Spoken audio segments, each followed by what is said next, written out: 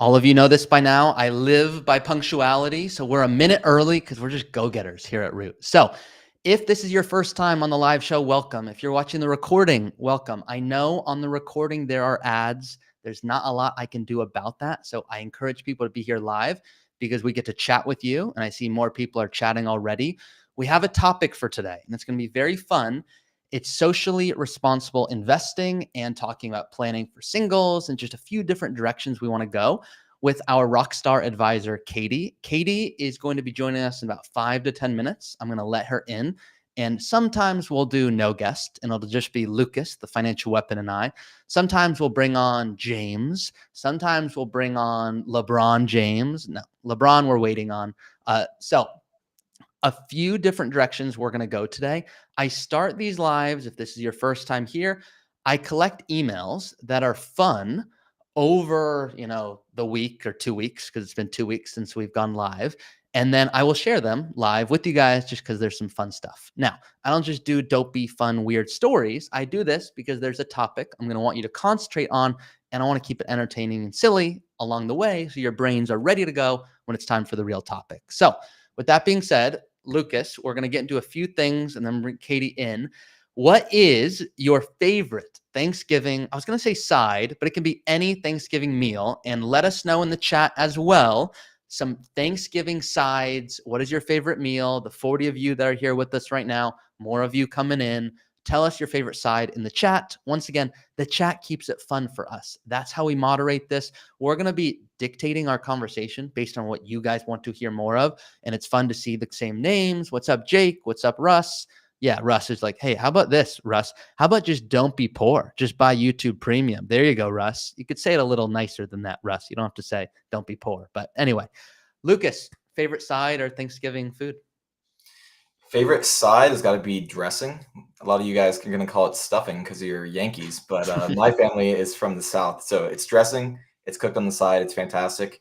My favorite dish this year is probably the brisket. So we did a ham, turkey, and brisket. So that was mine. What about you? Wow, you guys go hard. If you have a photo, send it to me and I'll pull it up. There were sweet potatoes that were made perfectly crispy on the outside and then a ton of butter on the inside, which normally I don't make those, but they were so good. Russ is laughing. Russ, we're all about keeping it serious here. No fun allowed.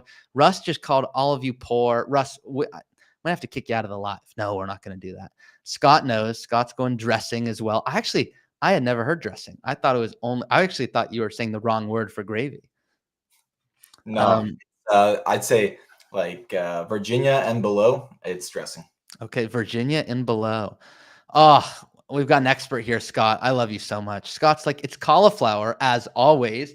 And here's my t-shirt. No, I don't have the t-shirt today, but I'll be breaking out in the future. Yam bake. Jake and Scott already talking to each other. We make best friends here on the live show. So 50 of you guys plus here. Thank you for being here because you could be many other places and you chose to be here with us. So thank you very much. Now let's get into some fun emails. These are emails I collect over the week. This can be anything from a general email. This can be a podcast submission. That can be anything.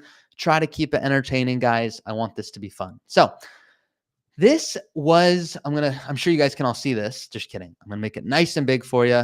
Thank you, Lucas, clicking the magic buttons. Some of you guys sent me some not so nice emails. You weren't mean, but you're like, hey, I can't see the screen during the live and this and that. So we're trying our best here. We're not experts by any means. We're good at the money side, tech side. We're trying to get better. So if you can't see my screen, you're more than welcome to send me an email and let me know, and we'll do what we can. So this person booked a call with me, and I just want to make sure real quick. I shouldn't do this right now, but they did not have their name in here. I'm good. I'm just making sure. So they say, our house is paid off. My husband's already retired, and I would like to join him. My bonus RSU payout will be on 3/25/25. I'm okay with working until after my bonus payout in 2026 if I have to, but I'm happy to call it done and hang out with the family if my finances allow. My mom is getting older, 73, and it would be nice to travel and take her places. I'd like to start enjoying my money with my family since I've been saving, investing, and planning to be financially independent for a while now. I look forward to meeting you. I was elated to find your YouTube channel, and after listening, I hope things can work out and you can be my mean retirement advisor. Now, just for everyone to know. If you don't know, I will say, and this will backfire just like it did right there, I will joke that I'm the meanest financial advisor. Now, I promise I'm not mean. You guys get to decide for yourselves. I'm very transparent because my parents were burned by multiple advisors, which is why I became an advisor. So if you're not aware of that story, you can go see that on the YouTube videos. But when I'm hearing this person, because yes, I'm like hearing them, even though I'm just reading this, I'm like, I feel like I know that person, seeing those words on my screen. I get a lot of these messages, and what a lot of you guys are going to do is the following. You're not going to do it now because you're about to hear the fix for it, but a lot of you go like this. Here I am. I've been saving and investing for a very long time. Now, I don't have Social Security yet. I don't have a rental income. I don't have a pension, and I'm not working part-time. So I'm worried to retire early and spend too much money because it's all up to my portfolio. That's some of you. Now, at the same time, you're like, hey, but this is when I have my energy and my health. And I don't know how long I'm going to have my mom and my dad with me to travel. So I want to travel. I want to spend, but I don't want to run out because I don't have Social Security or other things helping out yet. So what some people do is they underspend, and then they're 85 with $10 million angry at me because I didn't tell them enough that they were in a good enough spot. Now, I recognize the last thing you want to do is overspend and be in a tough spot. But there's another real risk, which is underspending. Like this person here, they have their mom, 73, getting older. It would be nice to travel and take her places. I want you to take her places. I'm excited about that. I just want you to do that when financially you're in a great spot to do it. So do any of you guys struggle with those thoughts of, I want to retire early. I want to spend money. I just want to spend too much because it's kind of all up to my portfolio? Or are you like, Ari, that sounds like a you problem, and I don't even know what you're talking about. So let me know. Next fun email. Thank you, Lucas, for dropping that in the chat. Let's see here. This is going to be partial topic today. Semi. I'm kind of picking and choosing my words here. But I got this comment on a YouTube video, and it comes from Kevu Mine, who says, hey, nice video.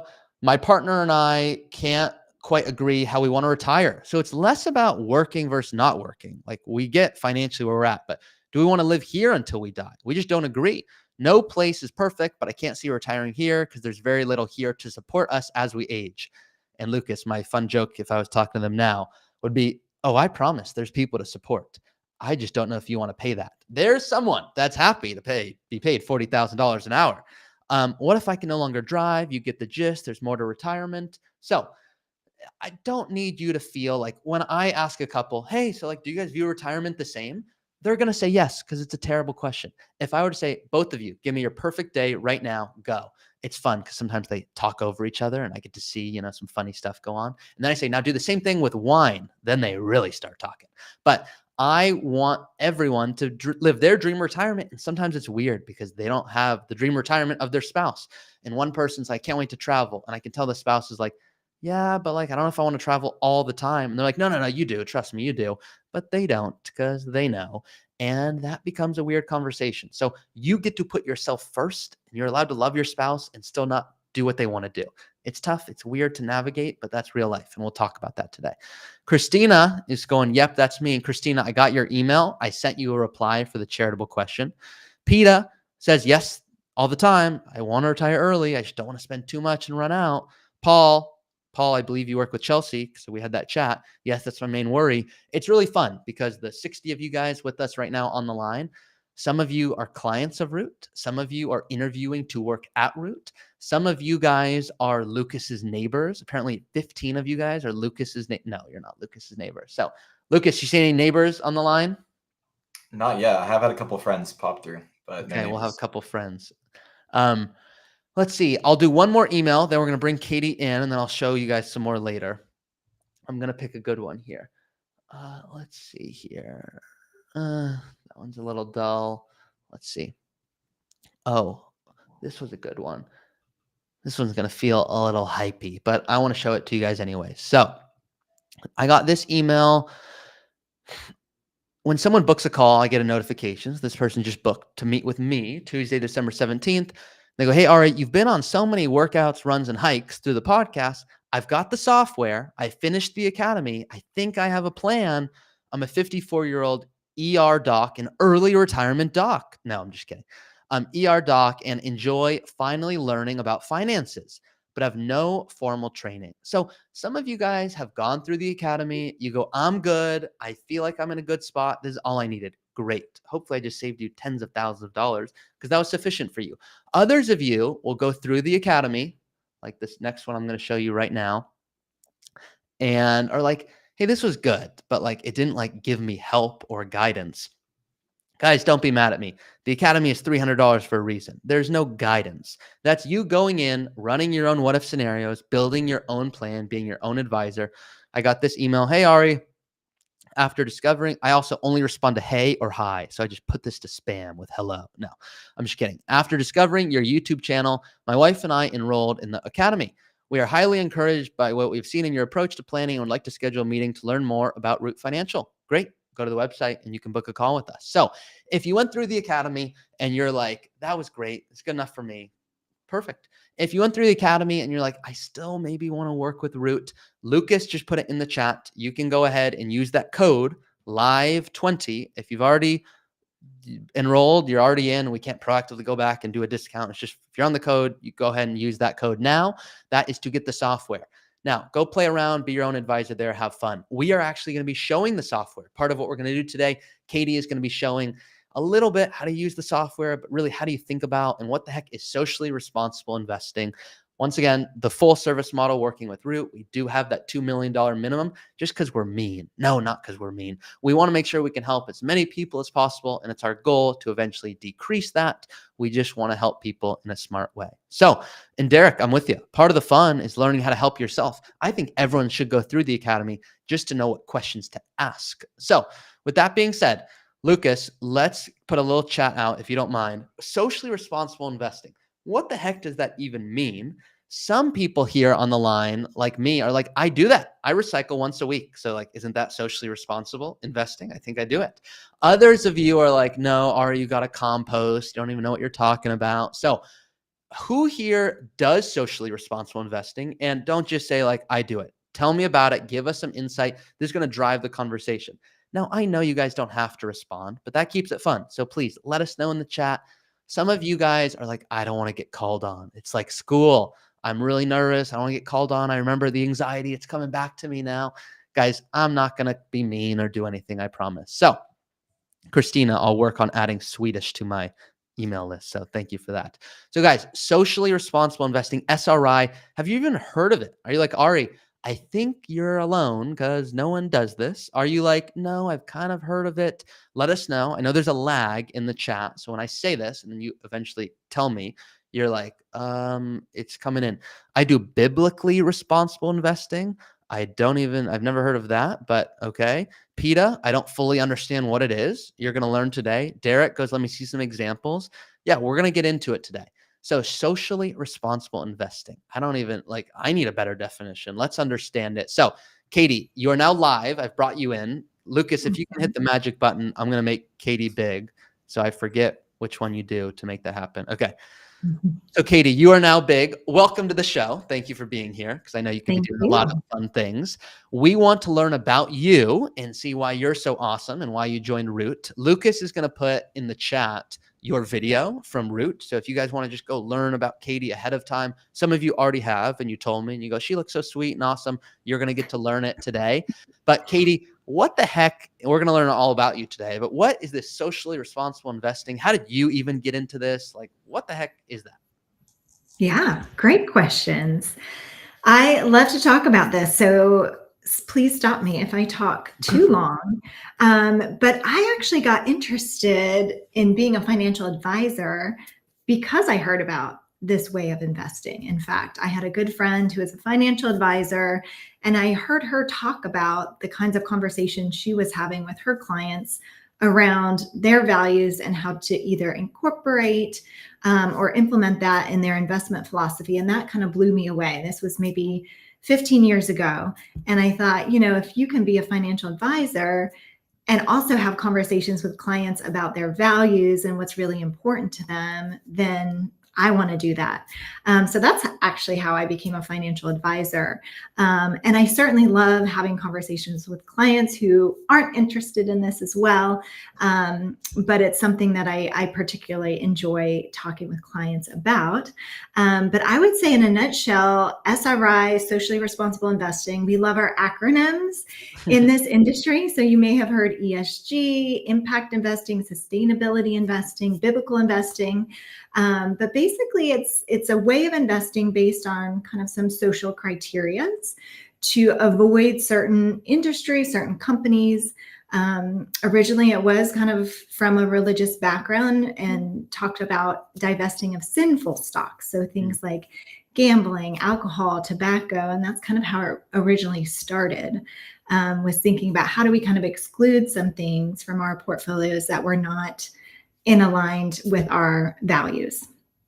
Love it. Love it. So let's pretend just for a second that I'm a client and I come to you and I go, Katie, look, I like this idea because it sounds good, socially responsible investing, but like, what does that mean? I saw a comment here from, it was a funny one. I saw it come through. I'm sure you guys saw it too. From Woods. Woods goes, Chobani donates some of their profits. Is that socially responsible investing? Mm-hmm. Like, let's assume I'm interested in it, which I know everyone's thinking, am I going to sacrifice performance, which we can talk about in a little bit, but let's assume I'm interested. Like, how would we have that conversation if I was your client?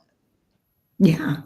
So I would ask you, kind of turn it back to you and ask you a bunch of questions of what is most important to you. And that could be both, what do you want to exclude from your portfolio? A lot of people have environmental concerns, or they don't want to invest in weapons, things like that. And then also ask you questions about what do you particularly care about, and that may be, alternative energy or companies with those kinds of social governance practices that are doing good, like Chobani. So I don't want anyone that lives in Florida. Can I do that? No, I'm just kidding. But we do have an ex-Florida portfolio. An ex-Florida. Okay, so let's just, for example's sake, assume that I'm super just environmentally conscious, and I do recycle. I try, guys, so don't beat me up later. But if I'm thinking to myself, okay, I want to save the environment, where, like, from there, if that's the most I can come up with, which I'm sure other clients give better answers, but where do we go from there? It's like, yes, Katie, I want to make sure I can retire, but I do want to save the planet at the same time. Yeah, absolutely. So I would say, that is a wonderful place to start, because there are so many funds out there that have that criteria that say we want to be better environmental footprint than a benchmark. And so, for example, we use, one of our preferred fund managers is Dimensional Fund Advisors, and they have several funds that are focused on exactly that, environmental sustainability. And I can also bring up either now or at some point kind of some more detailed information about their criteria. I think the challenge is that every fund manager has different criteria. So just because you see a fund that says it's green or it's ESG or it's sustainable, my job as an advisor is really to dig in and do the due diligence and understand the fundamentals of what that fund manager is trying to accomplish in that fund. So then I can tell the client, hey, this is your actual impact. This is what they're excluding. And this is how kind of your carbon footprint, if you invest in this portfolio versus this, may decrease. So I can get you that actual information rather than saying, hey, let's just look for something with green in the title. Cool. I love that. Yeah. I want to see some more stats. I think others do in a little bit, but I know other clients you love working with when they're single or they've been through a divorce or stuff like that. What prompted that?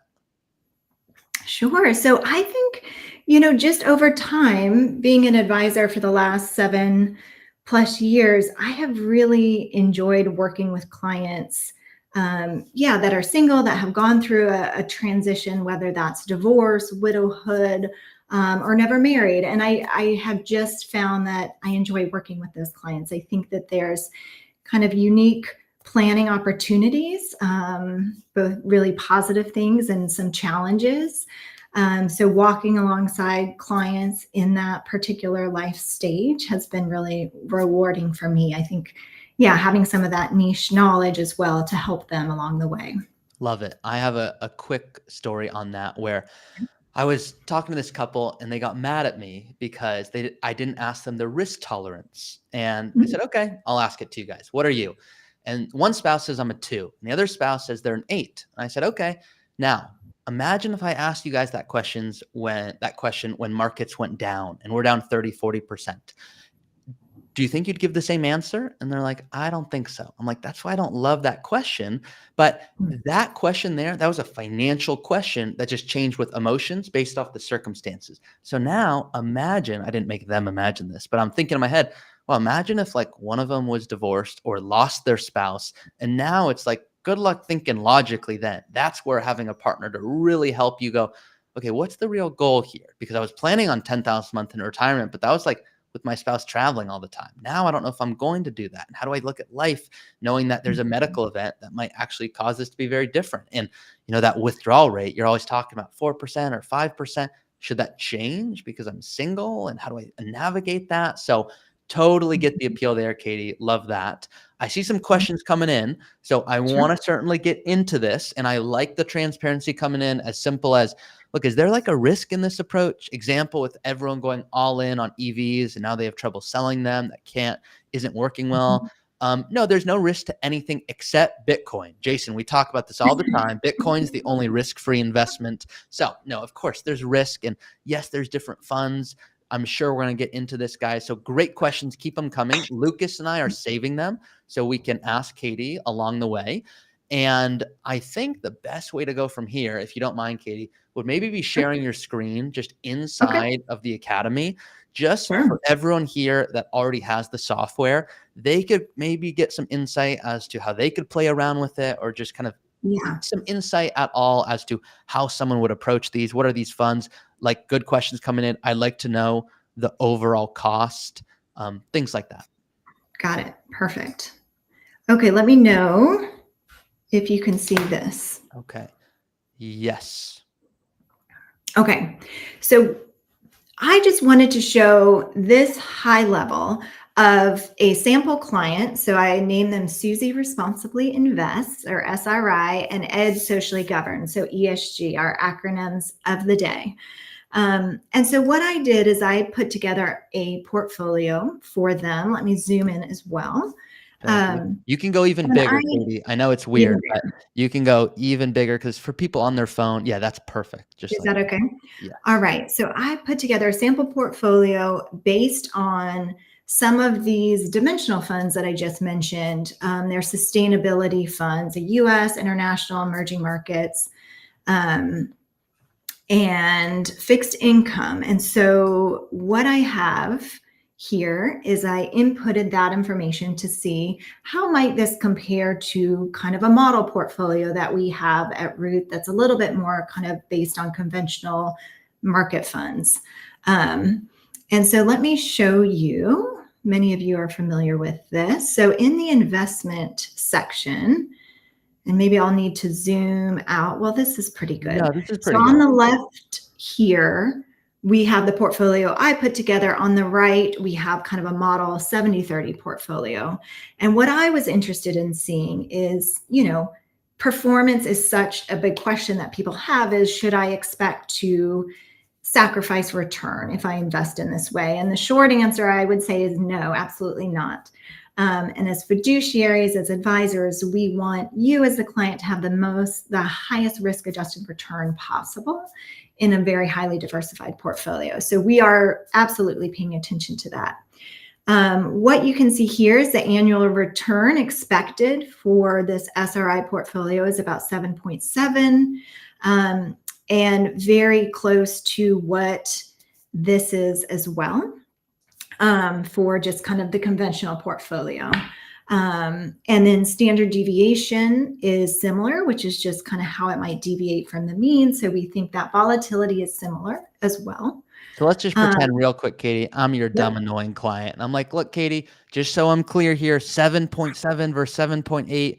it sounds like it's pretty much the same. Is there a way to like not sacrifice but still help the world? Like I thought I would have had to be down 2%, but that's not the case.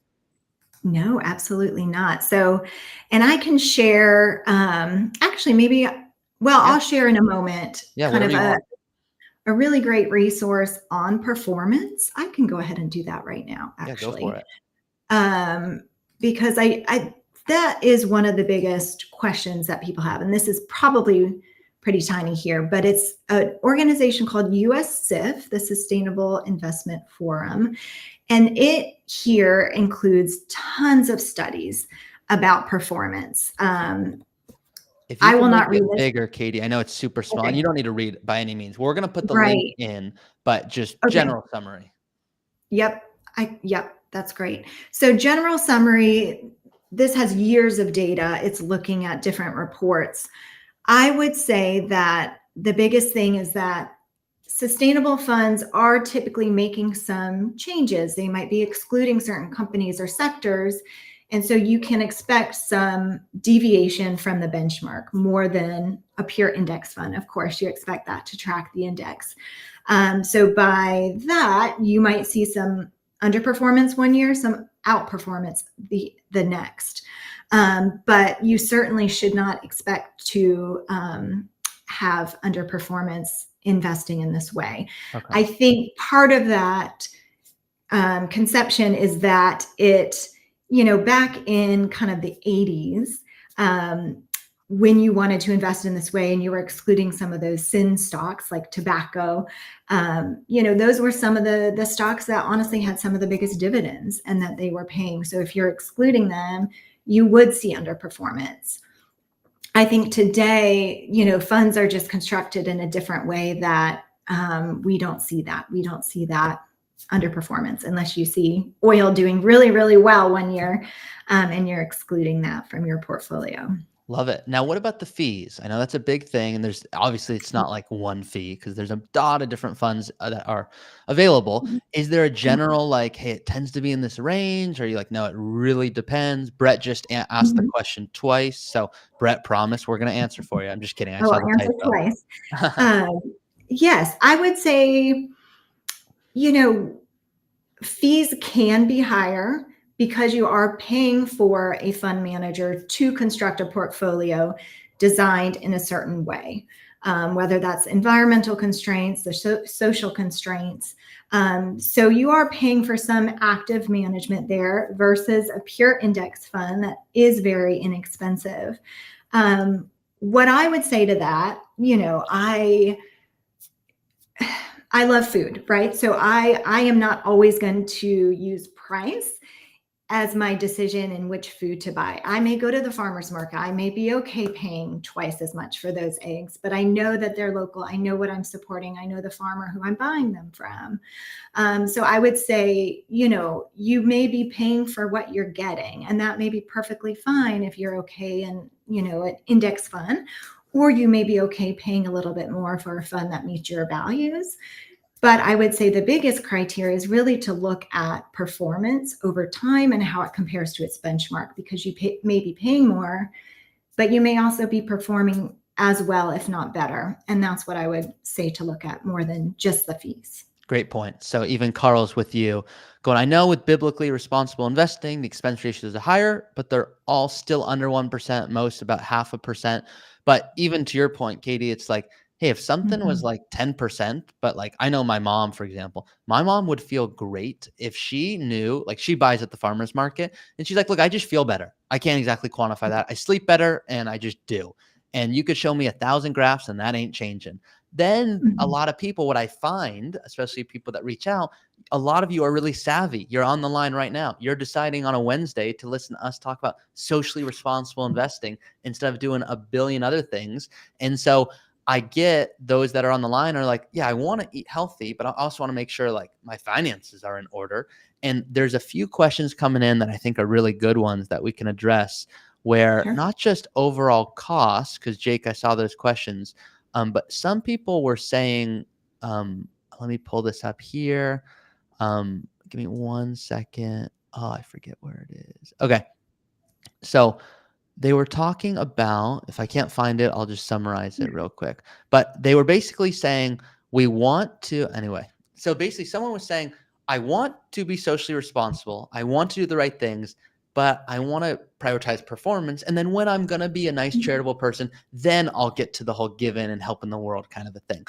The thing I'll see with those clients, and Katie, you chime in on this as well, is that sounds good. And then 20 years go by and it's like, hey, what did you help? And were you not sleeping the whole time? And was that necessary? To the same people that go, I want to, no matter what, I need to beat the market by 2%. I'll come back and say, if you beat the market by 2% every single year and you ran out of money, would you like your strategy? And that's when they're like, maybe not. So Katie, any thoughts? Yeah, I think absolutely. I mean, this is not a way of investing to make anybody feel guilty, right? This is an opportunity, if you're interested, to say, hey, this is actually really important for me. I just can't sleep at night if I know I'm investing in a gun manufacturer and I see the news of all these school shootings. Like, I just can't do that. I don't think excluding gun manufacturers will have a material performance impact on a portfolio. You had asked about kind of, or somebody asked about excluding entire sectors, and how that impacts performance. And maybe I could share something else that would speak to that, because I think that's a very interesting question. And what we want to do, we talk a lot about diversification, right? The stock market is inherently risky and volatile, and one way to mitigate risk is through diversification. Can you make it bigger, Katie, possibly? Yes. Yep. Thank you. And so this is an interesting study. It's looking at the S&P 500 over this time period, and I have even further back as well, from 1989 to 2017, and it's saying, if we just look at the S&P, let's exclude energy, for example, here, and see how that performed in annualized returns. And it actually, during that time period, would have outperformed the S&P 500 if you excluded the entire energy sector. And it does this with all these other sectors. So healthcare, you would have underperformed. Materials, you would have outperformed. And then you can kind of see this graph here, but for the most part, it's going to deviate 0.5% from the S&P annual returns if you exclude any of these sectors. And so that's just showing, yes, it will deviate if you exclude an entire sector, but materially, not so sure. Love it. Love it. One question's coming in from Bob. Don't you need to buy these dimensional fund things through an advisor that's charging you an additional 1% fee? You don't need to, and you don't even use dimensional funds. You can use whoever you want, but any thoughts on this, Katie? So I'm not sure about where that 1% fee came from. So I think he's talking about like a separate advisory fee. Like, hey, do I have to pay an advisor who then will also buy? So dimensional funds used to only be available through an advisor. And it was my understanding that that was because we had kind of a more objective voice telling clients, don't sell that fund if the market tanks. And it was just having that kind of intermediary was helpful for them as a fund manager. I believe now you can actually buy dimensional funds as a retail investor. So that advisory fee is non-existent there. And their expense ratios still are low. They're maybe 0.2% on average compared to, active funds can be up to 1%. You have index funds that are lower. But we like them because they kind of sit in between the purely passive and the really active stock pickers. So yeah. Love it. Love it. So to summarize also, Bob, for you. So the answer is no. Like, don't you need to buy these dimensional funds? No, you could go buy those tomorrow. I'll explain something on that. And then charging you an additional 1% fee. No, you don't need to pay an advisor. And like, don't, if you're not seeking an advisor. If you guys want to really go hate me, feel free. I'm just joking. But I just put a video out. This was a month ago. 20,000 of you guys went and told me why you thought this was great or terrible. And I said, why using Vanguard isn't optimal for your strategy. And this is to Katie's point.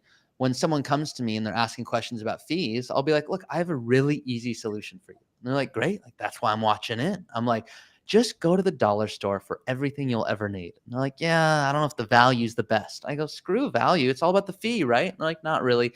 I got a better idea. And they're like, better than that? I go, just hear me out. I'm like, how about you go to Whole Foods and buy paper plates? How good does that sound? What a deal. And they're like, hey, are you nuts? I'm like, a little bit, but don't do that either. Then there's the Trader Joe's approach, or we try to get creative here. But the point here is, for some people, Vanguard is great. They understand it. They believe in it. It's low cost. Like, I don't want to screw up. I don't know what I'm doing. Other people are like, look, I think it's good, but I just don't know what I don't know. I'm not doing this all day, every day. I remember I went to this fancy dentist called the Gleamery. This was like 2-3 months ago.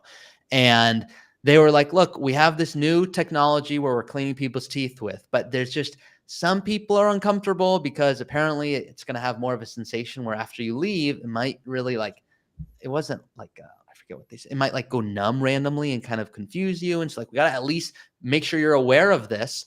And I was like, look, I'm the type of person that's like, if this could be great, I'm willing to try it out. I want to learn about it. The cool thing about that example versus the example I'm about to give you now is, it's not like I could be like, hey, could you try one tooth? And then the rest of them, they're like, you kind of have to do this or don't do this.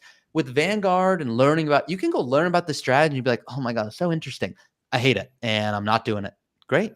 You could go like, oh, that's changing something. Maybe I try it with one fund and kind of dip my toe and learn about this. So we're not going to do a dimensional presentation or Vanguard presentation, but the important thing for all of you to know is we don't work for any of them. Imagine I worked for Toyota and I was selling cars. Am I going to go sell Maseratis? No, I don't get a commission on that. Why would I go sell those? Like I make money on Toyota. As an advisor that's a true fiduciary, we could sell whatever we want, which is really the only thing we're selling is us and our ability to make it so that you guys are sleeping well at night. And you guys know this because I say it all the time. I don't believe all of you even need an advisor. I believe it's timing. If you're 10 years out from retirement with all your money in a 401k, you don't need to go pay an advisor. Sometimes it makes sense. Get set up, use the academy, maybe pay for like a one-time session and you're good. Others of you are like, I don't want a new job in retirement and I'm a few years out. I need help, but where do I need to go? And that's why we exist. So I love some of you guys are even, you can see this, Katie. Russ is like, that was Chris who said that. This was regarding drug or gun stocks, or sometimes, Katie, people are joking or making fun of me. I just pretend that they're not. It's just safer to do that. So, Katie, that's regarding socially responsible investing. Super helpful. Guys, let us know if that was helpful, insightful. We like hearing from you guys. Anything else in the academy? I know you were able to share your screen in there. Regarding those different funds and things, and if you closed out the tab, don't sweat it. But anything else in there that you want to touch on? Sure. Yeah, let me bring this back up real quick because there was one other thing that might be interesting as we just looked at that kind of sector exclusion, right, from and how that impacts performance. So what this does, this is in the investment sector and style section. And what this is doing is saying my portfolio in gray that I constructed for the SRI funds compared to a market index conventional, how that compares sector wise. And so, you may see, and I can even expand this a little bit more. So the dimensional funds, their philosophy is not necessarily to divest completely. They want to overweight to better actors in the environmental space. And they also have some additional criteria, which I can share as well. So you will see that it differs. It's underweight to energy, to technology, but it's overweight to other sectors. And so that's where you'll see some deviation from a benchmark. But as we saw, expected returns are right in line with conventional funds. So that's something that I look at as an advisor to say, okay, are we still diversified in your portfolio? Because I don't want oversized risk. If somebody comes to me and says, oh, I love solar energy, wind energy, I want everything in alternative energy, I will say no, because that will create a risk in your portfolio. So we want to kind of balance those desires of our clients with our fiduciary duty as well. Awesome. So you guys can go ahead And if you're in the academy, you can go in, even just for fun. You don't even have to own it. You can go play around with different tickers of socially responsible investing funds, go play around and like put it in your portfolio. You don't have to buy it, and then see the impact in the sector and how it's shifting things. And you might go, look, I'm sleeping better. So that is very cool about the academy, is you can go actually use it without actually having to change your investments. Carl here. Katie, if Carl wants to work with you, do you have any clients that want to do biblically responsible investing? So currently, I would say nobody has expressed that. I know that we do have some advisors on our team actually who have Kingdom Advisor credentials. And so that may be also a really interesting person to talk to. But, socially responsible investing, this way of investing has biblical roots. So actually, I have a question for the audience before I continue. But Yeah. in what year do you think that the term socially responsible investing was coined? So I'll give the audience a few moments to talk about that. But basically, this philosophy about investing really does go back to biblical times. And so there were, in many different religions, that there's been kind of urging followers to invest in certain ways, to divest in certain ways. And so would love to hear what people think about even when that term came to light. I don't know if there's any answers yet. They're coming in. So I can tell who's cheating or not. You guys think I don't know by now? I know. Brett looks like it. Brett answered so quickly, 1987. Good try, Brett. But that was when the dinosaurs came. So no to you, Brett. Chris here, 1976. I was born in 1996, but good try. Heidi, 1984. Heidi, I wasn't alive then, so I don't think other people were. Other answers coming in. No. Katie, you feel free. You can see what's coming in. Yeah. What's the real answer? So the real answer, shocker, is 1758. Wow. Is when this term came to be. And it was actually the Quakers, which are a religious organization. So they first coined this term at their annual meeting and encouraged divestment from slavery. So I find this fascinating that, yes, ESG SRI is kind of a buzzword. It's kind of splashy now, but it really has a long history. And it comes out of some of these biblical principles. And some of the funds, actually DFA they have the sustainable funds focused on environment. They have social funds that were born out of more Catholic values, actually. So divesting from some of those sin stocks, as we call them. Wow. Didn't see that one coming. Wow. Well, we got lots of wows coming around. Guys, Katie mentioned one thing. 1758 was my second choice. Oh, Chris, you dirty dog. You think we don't know you, Chris. So Katie mentioned this thing called a CKA. One of our advisors holds this. This stands for Kingdom Advisor. That is someone that likes working with clients that are Christian, doing lots of tax and charitable strategies and things like that. You can see Katie right here, and JJ and JT and the whole team of beautiful people here. So this, we want to make sure no matter what. Yeah, Vasan, who doesn't love a good history lesson? I'm with you. No matter where you're coming from, this is what I really think is the most important thing when you're working with Root is, do you have the right advisor? Is this the right person that you're excited to work with? Because my parents make movies for a living, and they had an advisor once that hated movies. So imagine how that conversation went. It was just like, first of all, who hates movies? Like, come on. That was the first red flag of my parents hiring them. But they're like, look, we needed help. And there was some big shot from their neighbor who apparently took them on as clients to be nice, which just means you won't get as much service in plain English. But really, I want to make sure, like, let's assume one of you, I'm just going to pick on you, Brett, because Brett sent me an email about how he wants Bitcoin, only Bitcoin. I was like, Brett, that's really not safe. I don't think that's good. And he's like, what do you know? And so, Brett, let's assume you want to work with Katie, but you're like, I'm not into the socially responsible investing. Well, you could still work with Katie. Katie works with all sorts of different clients. This is just what she's passionate about. So if you have a passion, like some of you have mentioned up here, wow, Heidi, I got a few emails to the blast email I sent out to all of you guys saying, hey, I'm bringing Katie on the show. And someone was like, I'm not going to be able to make the show, but I'm divorced. And the fact that Katie has comfort working with those people, there's a lot of emotional stuff. It's just, I'm more comfortable discussing that with another woman. I don't know if she's been divorced. Is she open to sharing? So we won't get into all of that today, but maybe in a future episode. We want, no matter what, to make sure you have your dream advisor. So we'll end, Katie, because we see a few other questions. Lucas, I'll let you ask them whatever's coming in that you think is applicable here. And then I'll start queuing some stuff up for once Katie's gone, so we have some entertainment. So Lucas, I'll let you ask Katie some questions. Yeah, Katie, how long have you been working specifically with clients that want to be socially responsible investors? So I would say ever since I started as an advisor, which was about 7 years ago, but I became interested in this a couple careers prior to this one. I worked at a community development credit union where we did a lot of financial education, access to financial products. And that's when I kind of learned about community investing, which is another piece. Investing in your local community and kind of keeping your money local. And that's when I met this advisor who introduced me to the world of socially responsible investing. So I would say that was, at least 15 years ago, probably. Yeah. What do you invest your personal money in? Are you personally a socially responsible investor?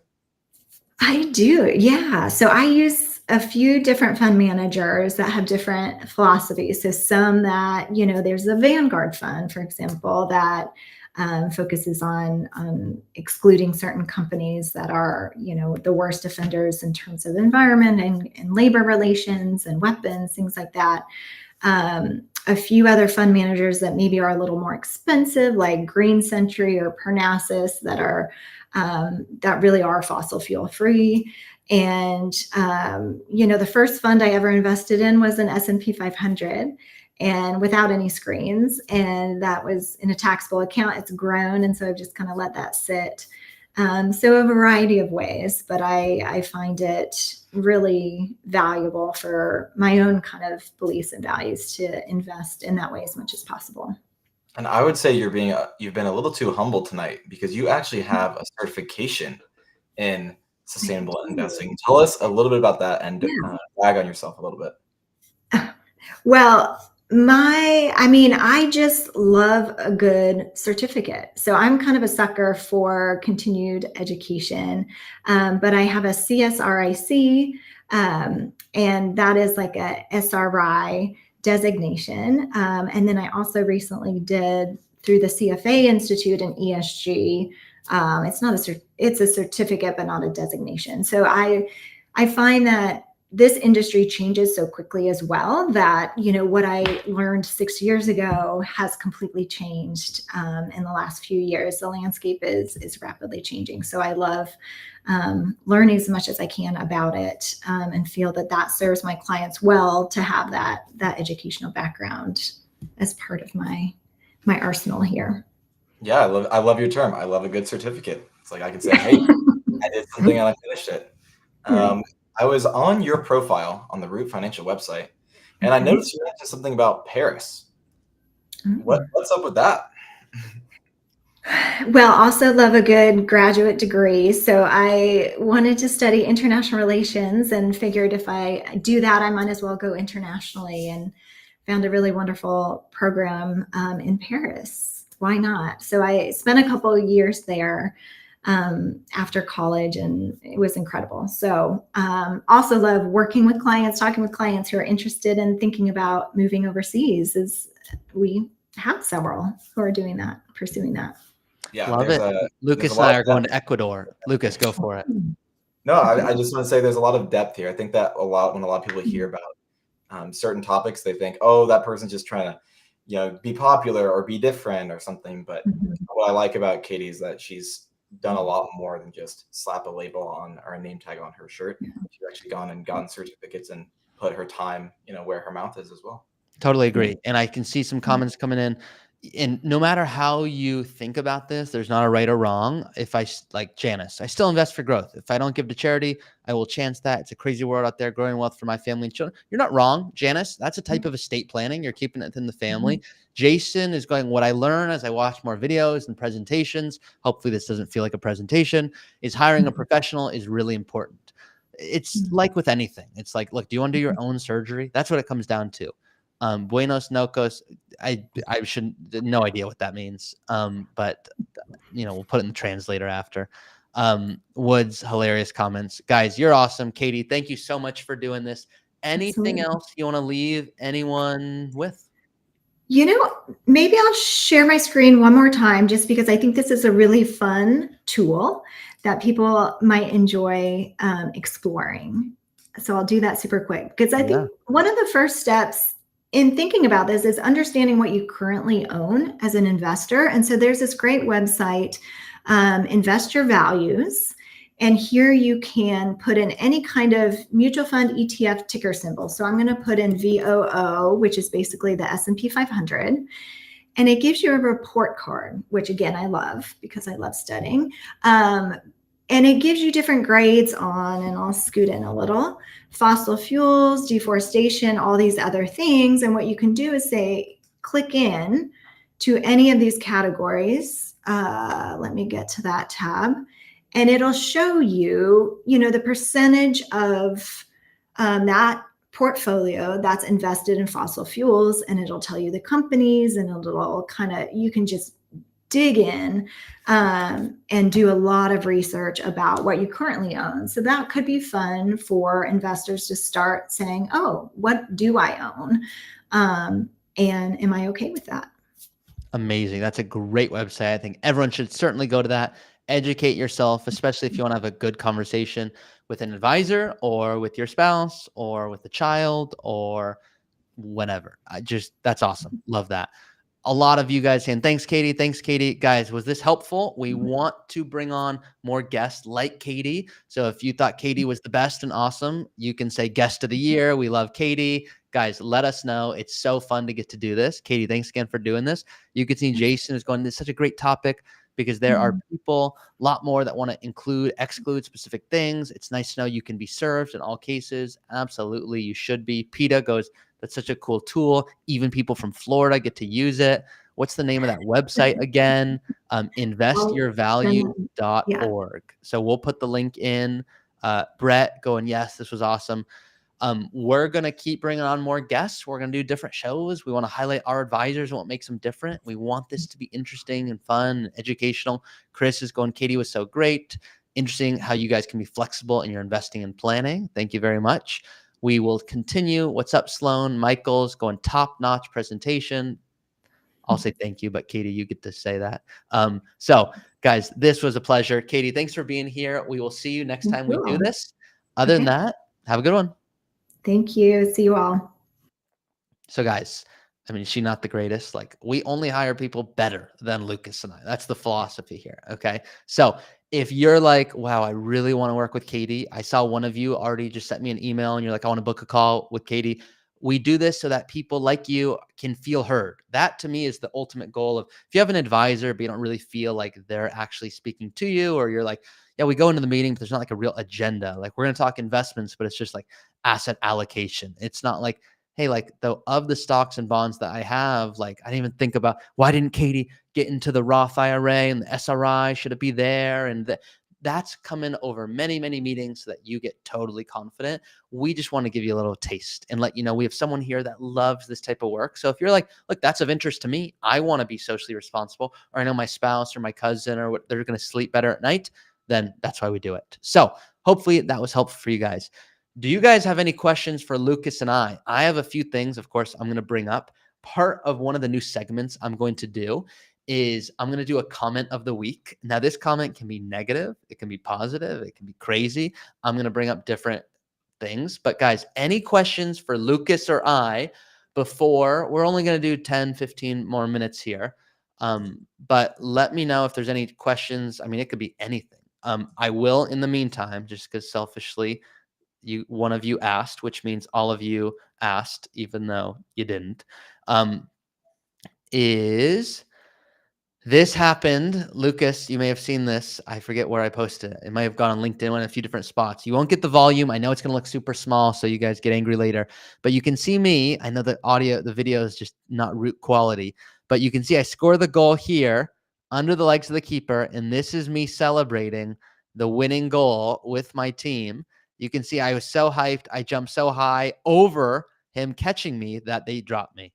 So my team went to the semi-final, and we have the worst goal difference of any team in the league. We won almost every game by 1 goal, and we made it to the final, and then we lost by so many goals. But it was fun. We got to go to the final. They did what's called a Champions League walkout song, which is the song they play during only the really big games.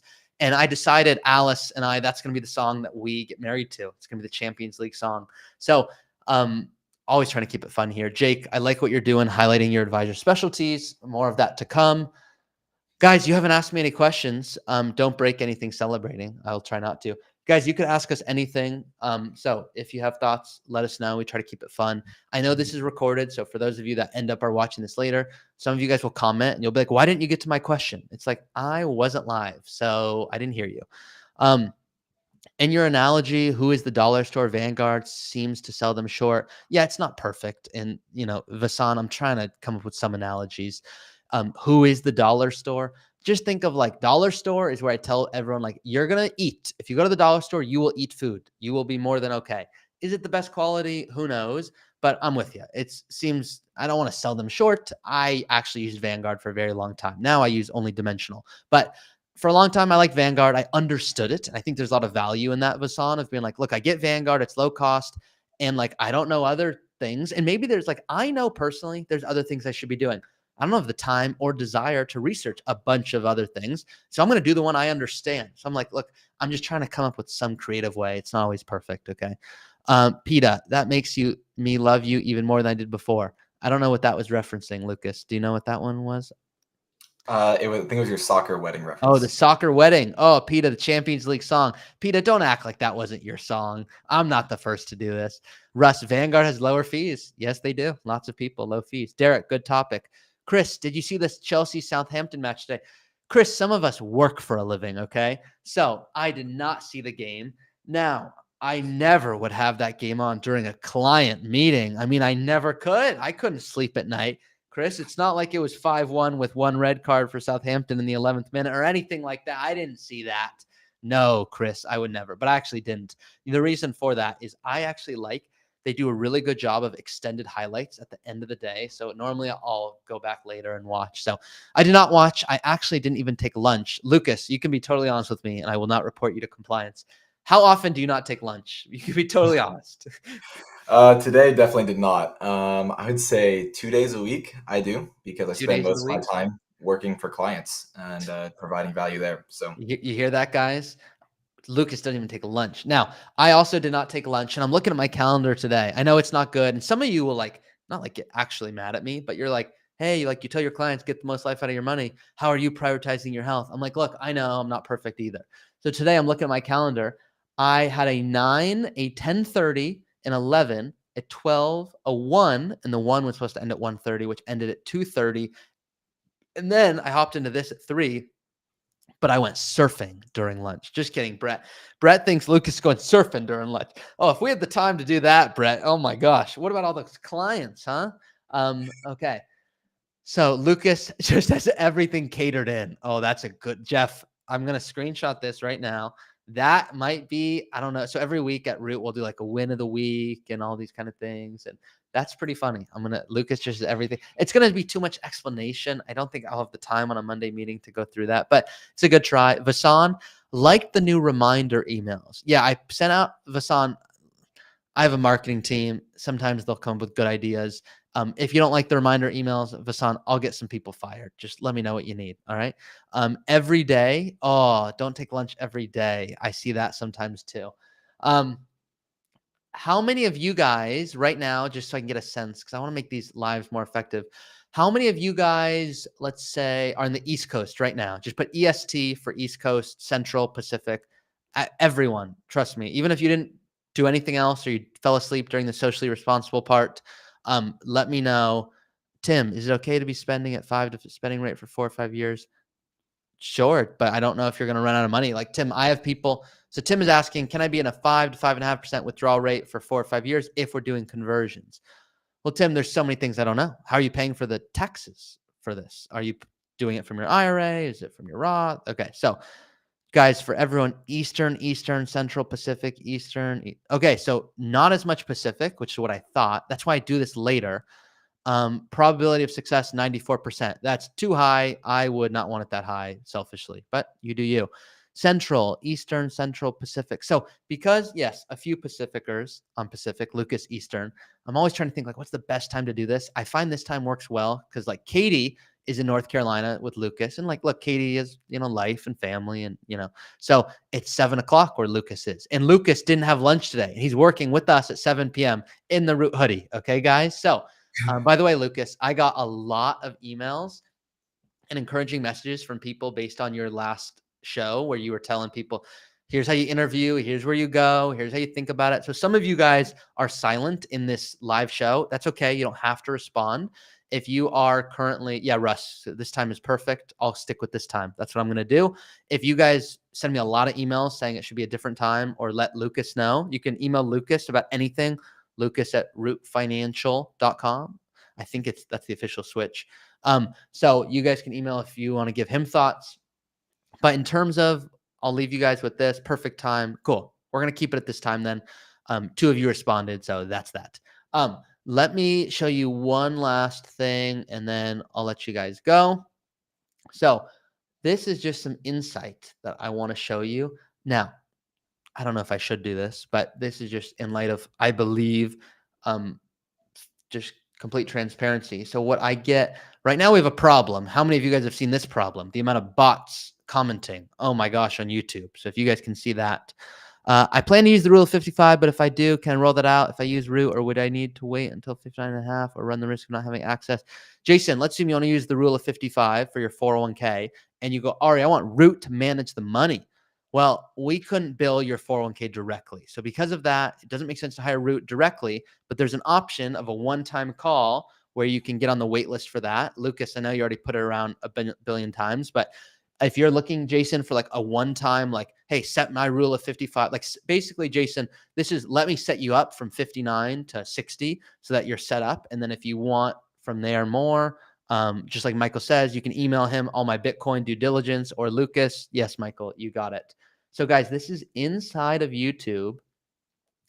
Where do I go for the comments? No, I feel bad, guys. I don't have this queued up for you. Oh, okay, here it is. So I'm going to make this bigger.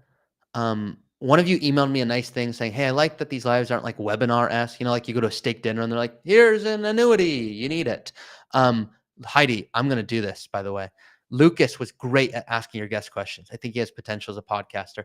I think so too. And Lucas, maybe we have a YouTube channel coming. I don't know if we want any announcements or what you want to do on that, but it's coming, Heidi. I totally agree. And Heidi, what Lucas did a great job on, what he does better than me, he asked the question without 400 minutes of more color after that. So Lucas, what do you think? Podcasting for you? Yeah, I actually was on a podcast not too long ago. I'll try to find a link and drop it in, talking about my landscaping business. Definitely something I've been consuming for 4 or 5 years now. Definitely something in the future, for sure. Love it. Time is good because it's my day off. Well, Heidi, I knew that. Why do you think I did it at this day? So if you guys would like, you want a little inside look. So this is the comments. This is what it looks like. So basically I get to sort by those I haven't responded to. Like this was 14 minutes ago. I appreciate these videos. Helpful. Would love a similar video with perspective from retirees in their 40s. Okay, great. Just turned 54. Paid off my home this year in SoCal. Accrued over blah, blah, blah. So the comments are coming in. I can't respond. Some of you guys like, you didn't respond to my clients. It's like, I cannot respond to all of and I have a team. I hired a marketing team to do this. And, some comments, people like, this was yesterday. I'm scrolling through. How much can we spend with 3 million in retirement? And they're like, 3 million, seriously? Guys, this is a day ago. I can't spend my whole day commenting. I hired a marketing team once to do it, but the responses were so bad and you guys could tell. You guys were sending me notes and you were like, hey, Ari, like someone would say like, hey, when can I use the rule of 55? And this marketing team, they did their best. Okay. So don't get mad at them, but they were like, rule of 55 is helpful for investing. And you're like, oh gosh, like that is not giving you any guidance. So now I personally respond. It just takes me a while. Now I'm going to train someone who's going to do it better than me and more consistently. There's lots of spam and stuff coming in. So guys, if I don't get to them, don't be mad at me. Actually, you're allowed to be mad. You can do whatever you want. But if you have not already, many of you have, but if you're not enrolled in the academy, that's why I recommend everyone starts. I'll drop it in because I know, Lucas, you've already done a million times. But if you don't know where to start, this is where you start. I put a lot of time and effort and energy. If you're in the academy, please drop if you found it helpful or not. I had someone that was really transparent. Sounds like an AI chat bot. I had someone who was really transparent, and they were like, look, to be honest, I really just thought I wanted the software access, but now the videos, that's what I needed. So guys, you can use that special discount code if you're with us here, Live 20. That's all I got for today. Next week, we're going to have another guest on. It is going to be Paul. Paul is one of the advisors here who's our senior advisor. I think he's moving into another role more stuff. I don't even know what I'm supposed to announce or not, but more stuff changing. Chris goes, love the academy. So guys, that is it for today. Lucas, anything else you want to leave people with? Whoever said that I get lunch catered every day, I just want to brag on Katie really quick. Me and another member of our team, she said, you need to send me your favorite DoorDash order so I can send you lunch every day. Oh. So if that's not the greatest thing you've ever heard in the world, then I don't know what is. I love that. And that's Katie K, by the way, not Katie from today's Katie. We have 2 Katies. So if you guys would like, and this is my only favor. I don't ask that much from you guys, but this is my only favor. I have my email. That's my email. Yes, my team also sees the email. So just know my team's going to see it, but I also respond. And so if you don't mind, if you go to the website, and you can see what Lucas just dropped in where you can meet the whole team. If there's an advisor that you're like, hey, Ari, I think I might want to work with them, but maybe in a month or 6 months or a year or 3 years, some of my advisors will take on more clients. Some will take on less. I kind of get a waiting list for certain people who really want a certain advisor. For example, certain advisors love real estate or tax or whatever it is. So guys, if you want to go there and just shoot me a note and be like, hey, what's their availability? When maybe would they stop taking on new clients? Here's a little bit about my situation. Do you think that would be a good person? Do you think there'd be someone else? Lucas and I will go through that and help answer those for you. And you could be working with us later. It could be, look at this, Jill. Oh my gosh. Best $200 $300 I've ever spent, but paying the taxes is painful. It always is. Thank you from Katie. Okay. Thank you guys. Great info today.